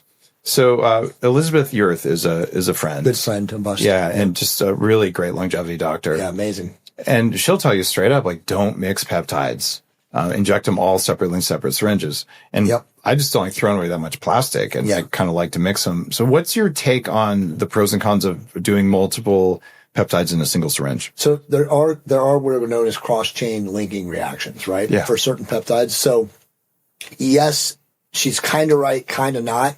And what I mean by that is like what we just created. If you're just targeting one system, the mitochondria, and you're going to use a bunch of mitochondrial optimizing peptides, again, like an NAD+, like a SS31, a MOTS-C, or what's the other one, the injectable 5-amino, that's not going to cause an issue like injecting a GLP-1 with a growth hormone agonist peptide and throwing in a mitochondrial optimizing peptide. You shouldn't do that. So that's where she's right. But like if you're just targeting one organ system or just targeting the mitochondria or just targeting growth hormone agonism, then it's okay to mix like a TESA and IPA or a CJC and a TESA or a CJC and an IPA. So some are mixable. That it makes a lot of sense. But you shouldn't. She's right 100% in that a lot of people get excited because they see all these things and they're like, oh my God, we haven't talked about medical grade pens. We should talk about that. Yeah. That's the new kind of avenue that people are pursuing in peptides. But you shouldn't take 7 peptides that are all different technologies or different biological system targeting and throw them all in one pen. That doesn't make any sense at all. Always solve for what is your biggest issue and then go around that. But people will always say to me, Jay, but what about healing and fat loss? If I'm targeting fat loss, I have 40 pounds to lose in my belly, but I injured my knee in training. Can I not take BPC TV500 along with my fat loss peptides? You can. Just not in the same needle though. Exactly. Yeah. Okay. Exactly. Well, I think too, it's one of those things like theory versus practice. In theory, you shouldn't do it because if you look at, like Jay said, the cross-chain reaction of them. But in practice, what I have noticed is I kind of like to think about it in building a framework is pathways. So if I'm addressing like Jay was saying, an organ system or a pathway, typically you're going to be okay because, again, they're delivering what they need to that thing. And also, too, from a practical standpoint, what I've noticed because I've experimented a lot is, say I've got 3 different peptide vials and I go around and I pull a syringe and I pull all of them into one. If you notice that it gets really cloudy, then you're getting cross reaction. Yeah. Exactly. Then it's like, okay, don't inject that because that's probably something. Now, to say if you put all 3 in and it doesn't get cloudy, does that mean it still works? It's hard to say. Again, because there's infinite permutations, but there's a rate of reaction of cross-linking. Yeah, no doubt. So you mix them and inject them right away, you're probably fine. That was kind of where I am. Yeah. And if you see a reaction, it was a fast reaction. Yeah. And you could probably ask one of the AI systems how fast the cross-linking reaction is, and it'll tell you. Grok. There's that. Can you hook this up? Well, I think I was just reading the other day that in diagnostic tests, that I think using AI now versus a doctor's recommendation that is now far past a doctor actually diagnosing something. That's something that we're doing with Axo. Nice. Yeah, it's like you got to get your numbers, and it's got to be cheap and frictionless, and you don't need a permission slip to do it. And then if you want to diagnose yourself or have a doctor diagnose, you can. But having the data is totally fine. Yep. And then deciding to modify your lab test values based on your goals is also something that you don't need a doctor to do. Unless you want pharmaceuticals. Yep. Yeah. Right. So this is like a fundamental human freedom thing. So I want to know, what biohacker favorite compound would you never use and why?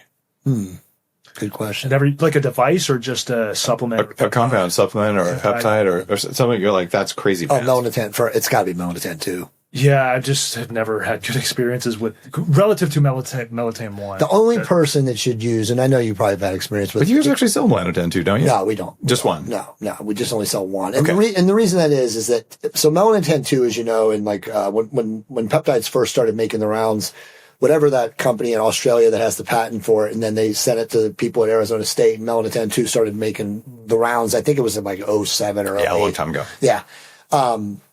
People loved it because it was literally a tanning peptide. You injected it and all of a sudden you turned bright orange. You know, people that were darker complected became black. I mean, I've seen people like, it's insane, right? Like, I had a friend from North India. He's like, I just ran one vial of it and I went 5 shades darker, and my family's like, don't come home until you're like, he's a Silicon Valley friend. He's like, oh, my family. And, you know, and so, yeah, if you have natural melanin levels, you will get really dark really fast. well, so it also has this weird ability to darken and enhance mold formation, right? So like you can actually get like a mold that's not really there all of a sudden become pronounced. And I know a lot of people that have had to. And More then the visible, other thing that's horrible about it, and you already mentioned it, is that if you're prone to the nausea effect, my God, you can have gut. I mean, like literally, what do you call that? Where you're having like convulsions. I mean, dry heaves, where it's the worst thing. So most people, I say, stay away from that. The exception would be if you're a competitive physique athlete, bodybuilder, bikini athlete, and you don't have a tan, and it's like 1 week out, you know, you can use a microdose over like 3 days, and there's a protocol in some of my older books on how to use it, but you have to be very cautious with it. Melanotan 1 will darken you as well. That's all you really need. But you have to go in the sun right away after you inject it. And Melanotan 2 is, as you know, ubiquitous. You can find it at any of the research chemical grow companies, and it's very cheap. Whereas Melanotan 1 is actually now called Brelaminotide, and it's an FDA-approved medication. So it's much more expensive usually to find that, if you can find it. So it's like, you know, Melanotan 2 is cheap, cost effective. Just be very cautious with that. But I stay away from that. There's another peptide too that I just thought of when he was talking about that is sold a lot, and I personally wouldn't mess around with it based on what I've read. I don't know in practice how it works because no one talks about it. It's called adipotide. Oh, yeah. And it is actually peptide. Yeah. So what it's supposed to do is you can spot inject it to kill fat cells. So it's actually comes from adipotide killing adipose tissue. Okay. So it is supposed to go in and cause apoptosis of fat cells. Now, what can be bad about that? In theory, that sounds good, right? I inject it into my belly fat. It kills the fat cells go away. But it seems to, in literature, also maybe cause it to healthy cells too. So what could do, like, you know, so if you're injected to kill the bad fat cells and it's also killing the good fat cells, that might not be the best thing long term. But I've heard of people using it, like injecting it into their love handles and stuff, and it'd say it will nuke the fat. But long term, that would just be one based on the mechanisms that I've read that I would say, okay, most all peptides are relatively safe. Again, they're cycling molecules. But if that's something that you're inducing into yourself, it could be like, I don't know. I don't want to play in that sandbox. By the way, the peptide that works for injecting into love handles over time, it does take time, and obviously insulin-controlled living and fasting and all the things that we were already talking about on this podcast is testosterone. There's definitely an effect. You can inject that. Interesting. Yes. And again, because as you know, it's it's called Agrifta. It's an FDA-approved drug for people with HIV. And in their situation, they have a disease called lipodystrophy, which is like super hard visceral fat. Oh, it's an FDA-approved drug? It is. It's called Agrifta. Doesn't that mean that it has a lot of side effects and it's probably bad for you? Stay away. Like, why are we seeking approval from those people? Remind me again? Well, it's interesting. I don't know if anyone's looked up the list of all of the guidance around peptides that came out. Wasn't thalidomide FDA approved? I'm kidding. It wasn't. But I mean, no, it's crazy because like if you're a man and you do have visceral fat and you were like you at one time and you weighed 300 pounds and you just have those areas that are prone, inject into that area. Cause we know a lot of people that have done that and they're like, dude, it's gotten rid of it. Wow. Yeah. There's also, is it mesotherapy? Sure. Where you inject a bunch of adrenaline-like compounds into that. And that's pretty painful. I did that. Fight or flight hormones into your stubborn fat. I did that many years ago with the inventor of it in New York, just one cycle of it. Too much pain. I don't know if I noticed a difference from it, but man, I was like shaking the whole time. It was not pleasant. So that's not maybe the way I would recommend doing it unless, if you have a doctor and you try it and it doesn't make you tweak. I have weird adrenal hormones. What are your thoughts? Because we haven't mentioned it, but what are your thoughts on the EM Sculpt Neo? So the RF energy and then the induction, the Tesla induction turn. Have you used it? I'm sure you have. No. Are you familiar with it? I'm familiar with it. Yeah. I mean, it's weird because there's some straight just electrical current stuff that's good with them. Exactly. Right. Yeah. So I've been using electromuscular stimulation for 15 plus years, like the clinical grade stuff. And it's very powerful. Yeah. So doing it at high frequency can be really good. Getting rid of fat is a good thing when you have too much of it, right? So sometimes, you're causing damage, but you get short-term damage for long-term benefit, and the short-term damage heals. So there could be some benefits to it, but it feels like there's better ways to go about it. So my wife and I, this full disclosure, we used it in 2022 from how'd it work? June until November. It was amazing. I'm very lean and have a six pack all the time, but like it shredded, like my veins like through here were insane. I'll tell you why it was bad though.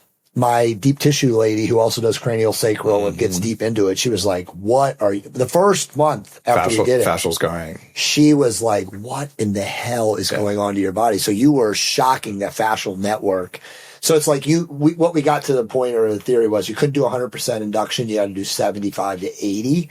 So you won't completely, throw off your body's bioelectrical network. But at the same time, you'll get some of the benefits of the RF. I could see that. Yeah. I think you could also just run straight electrical current to stimulate the muscles and just burn fat. Yeah. Well, all these other mechanisms we talked about. Well, you're the guy to ask, like, why has somebody not developed it? EM Sculpt charges now $450,000 for that device. And then every time you and I go on Alibaba or eBay, we see the Koreans with these devices that nobody knows who they are. And it's like, they sell them for what, 7,000 or 10,000. It's like, it's just the same thing, and they have like EM Sculpt Nano, or they're using names that are almost the same. But you would think that somebody would create like a laser for in-home under $10,000 device that they could use for people like us who are already lean. We're not talking about dumpster fires, who just need like regional targeted body fat removal. Why has that not come out yet? Why have you not invented that yet, bro? Come on, give me come on, dude. I've had a light therapy company, Light, for a long time. Yeah, I know. Although I recently spun that out.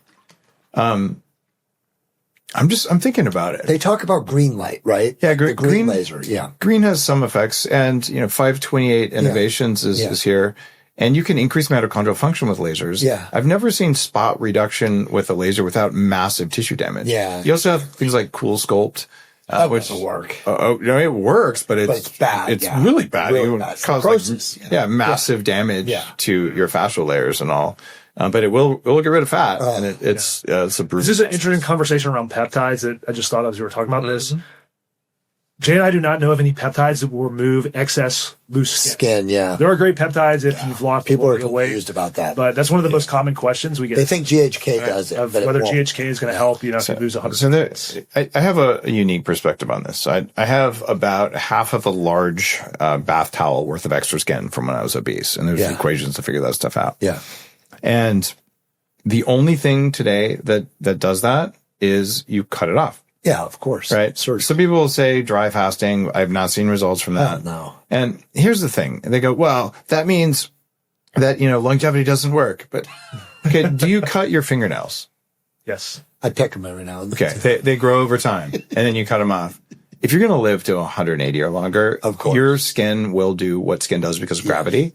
And that's normal. Yep. So you have two choices. You can leave the extra skin on, or you can trim it the same way you do your toenails. Exactly. So I took off the obese skin on my face. There's 28 square inches. I could grab a fistful of skin on either side of my face, and I posted a picture doing that, which is basically some aging and some obesity. Yeah. And so I took it off, and I worked with the local guy here, Dr. Rob Whitfield, who's been on the show. Sure. And probably it's expensive, but the most intriguing thing there was he has something called a no-cut facelift. And they take the equivalent of a tattoo needle, but in reverse, and they suck out tiny little micro cores of skin. Yeah. So I had about, I think, 8 or 12 square inches on my low back. So I had like folds. Yeah. And so those are gone. Yep. But I have a lot of extra skin on my legs. Like you can just grab a handful of skin. And like, I don't really want that much surgery, so I'm probably just going to leave that. Yeah. But I was really happy. Like, look, my dimples are back. Yeah, that's awesome. Because if you've formerly been obese and you go down to under 10% body fat, your extra skin will be a thing. Yep. And we may develop some kind of funky technology in the future. I don't think so. Like the body isn't good at tightening things like that. Yeah. I mean, we can make things stronger and thicker, like ligaments and tendons and bones. So you can have thicker skin that doesn't sag as much, but it will grow over time, just like your toenails do. Yeah. Right. And so you got to do something about it. We probably weren't meant to live that long, and I don't really care. I'm going to. Right. So. Right. That's a good point. Yeah. I mean, we have that conversation all the time. Like you have, like the vitality and the elasticity in the skin is only a certain level. you know, and you probably have 20 to 30 pounds over what you're natural before your body expands to a point where surgery is the only option. Yeah. The goal is to get there because you're going to live a lot longer if you're that lean. Right. Yeah. And one of the things that you guys put out there that's really cool is this shred product, which is SLUPP 332. Sloop. Talk about this peptide and what it does.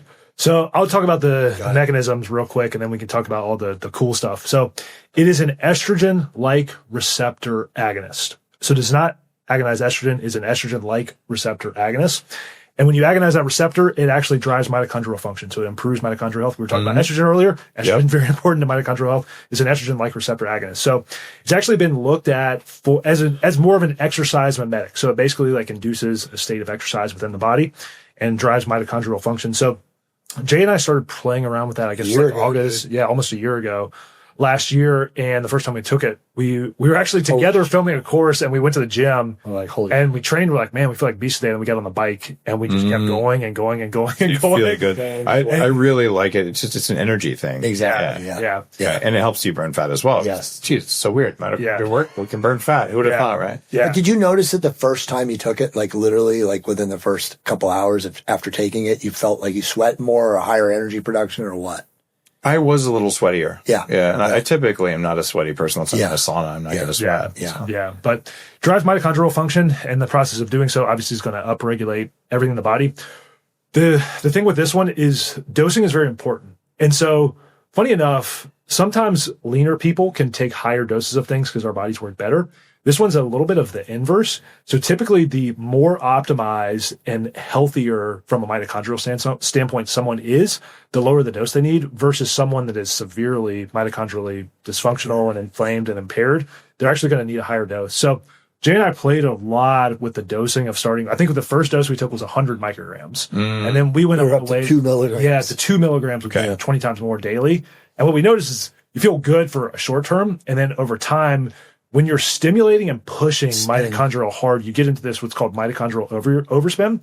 And what's happening is you're throwing off so much ATP that there's actually ROS that build up in the body. And so you have these oxidative byproducts that come from driving so much mitochondrial activity. And so you kind of, if you're doing a higher dose for a long time, you kind of get metabolically fatigued because you build up this ROS in the body from driving that so much. So for us, the dosing sweet spot just with the SLU by itself is somewhere like 400 to 600 micrograms daily. But for someone that's really obese and has no energy, they might need to go higher to like 1,500. 100,000 or 1,500. But no, it works amazing to help drive exercise performance. And Jay and I always like to talk, in the underground world, the Paris 2024 Olympics, that there is what would drive, both of them. Well, SLU, the ingredient SLU, what was driving, and I know that there's multiple records that have been broken and track and field and stuff for people that were on it. So wait till the Enhanced Games comes out. I did a whole episode with Aaron on that. I'm an advisor to them now. That's all. Holy crap. That's going to be amazing. I can't wait. When is it? Next year? I think so. Yeah.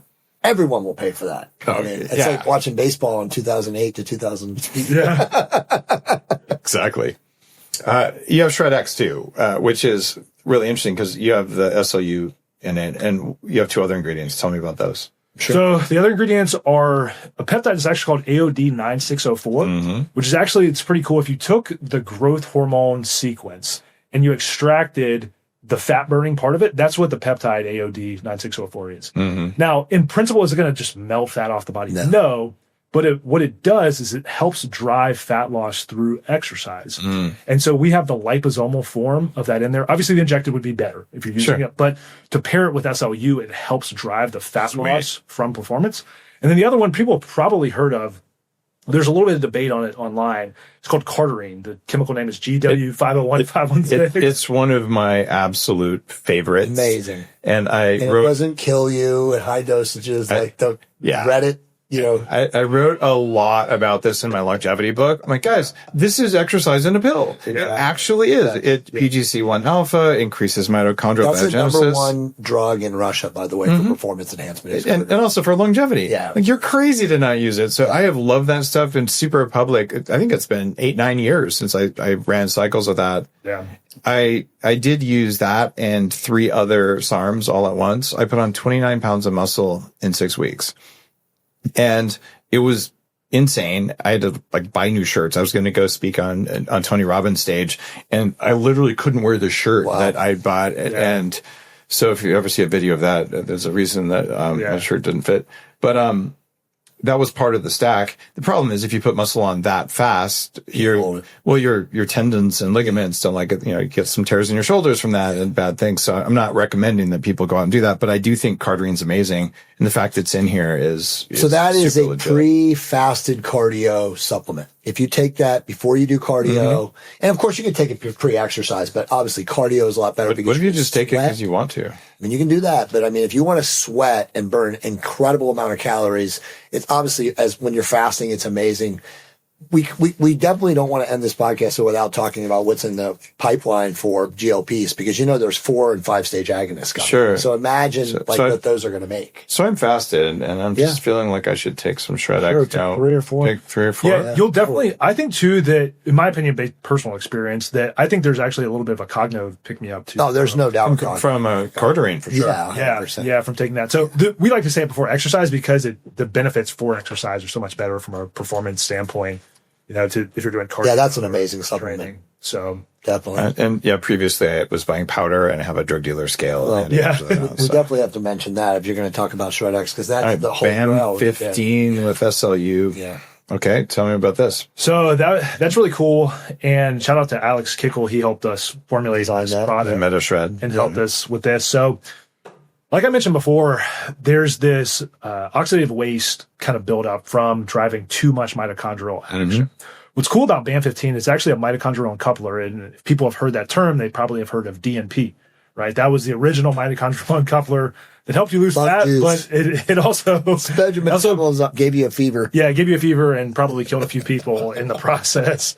So BAM 15 has actually been studied a long time in rodents, and I know it's likely going to be coming out in human trials very soon. But what it does is, by itself, it works as a mitochondrial uncoupler to help drive fat loss and basically raise thermogenesis at rest. So basically, you take BAM 15, you sit on the couch all day. If you burn 2,000 calories, you're going to burn 22 or 2,300. But what's cool about it is it kind of acts as a scrub to all of that oxidative waste production that's coming from the SLU. So when you pair them together, it's really nice. I like to say, I think the best analogy is if you have a car, right? The car throws off exhaust. Right. That's good to a point because you need energy to get where you want to go.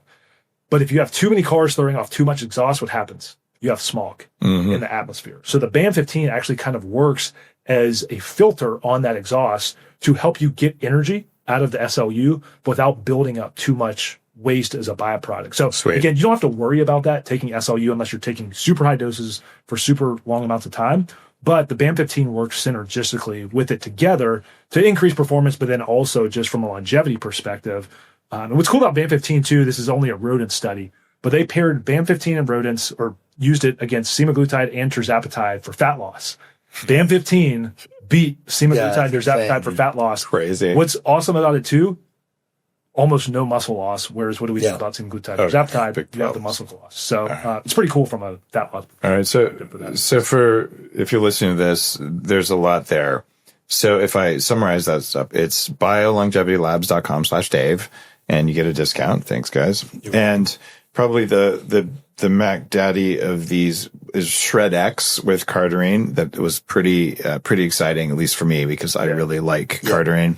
And then the one for the maximum fat loss would be MetaShred. For sure. Yeah, anyone can use MetaShred and they're going to notice enhanced metabolism. We like you can use those on alternate days. So more of a performance day, Shred X, and then maybe it's more of a resting day. MetaShred would be good too. So these are really powerful products, and we didn't put them out here, but the Bioregulators, I've been a fan of that stuff for a very long time. And you actually are now mixing them. And one of the things I always hated was getting a bunch of boxes with acrylic script. You can't even read it. And then you just open like 10 different ones to take all these little, so you have good blends. So thank you for doing the work. You're welcome. Well, and hopefully by the time this podcast comes out, we will have our own USA manufactured bioregulators in bottles just like that. So sweet. Russian stuff, but in our own bottles and stuff like that. So people don't have to read Russian labels or Latvian labels or anything like that.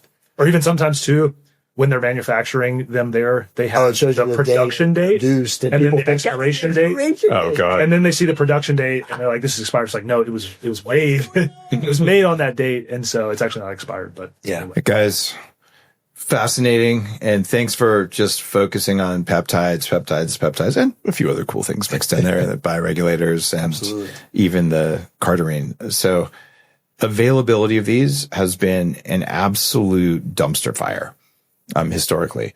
I've ordered lots of things from Russia, and everyone knows that's hard to do these days. Yep. And you oftentimes don't know what you're getting. So you've got a massive inventory of things, and you've got a lot of oral formulas that you can't get in most places. So thank you for just doing all the work, because it is a lot of work to do it. And it's biolongevityLabs.com/Dave. Get a discount. And if you're saying that was so much information, look, pick one, Right. give it a try and see what happens, and track your daily, how do I feel? Right. And maybe it's a longevity thing because it's a bioregulator. Maybe it's a performance or a fat loss or a cognitive function, and just look at what happened and then stack something on top of it. And don't forget, manage your hormones like a boss. Thanks for coming in, Hunter. Jay. Thank you. Thank you. Appreciate it. See you next time on the Human Upgrade Podcast.